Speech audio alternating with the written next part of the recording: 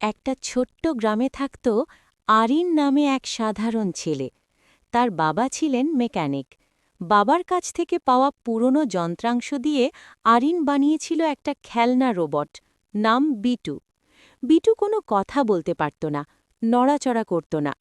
তবুও আরিন প্রতিদিন স্কুল থেকে ফিরে বিটুর পাশে বসে পড়াশোনা করত।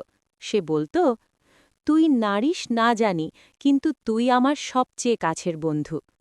একদিন স্কুলের কিছু ছেলে আরিনকে নিয়ে হাসাহাসি করল। তারা বলল, জ্বর জিনিসকে বন্ধু বানিয়েছিস? ঠাট্টা করতে করতে তারা বিটুকে মাটিতে ফেলে দিল। বিটু ভেঙে গেল।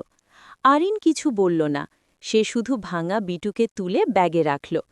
সেই রাতেই আরিন সিদ্ধান্ত নিল, সে পড়াশোনা ছাড়বে না, হাল ছাড়বে না। বছর কেটে গেল। একটা আধুনিক বিজ্ঞান মেলায় আরিন দাঁড়িয়ে আছে। তার সামনে রাখা একটা শিক্ষামূলক রোবট প্রজেক্ট।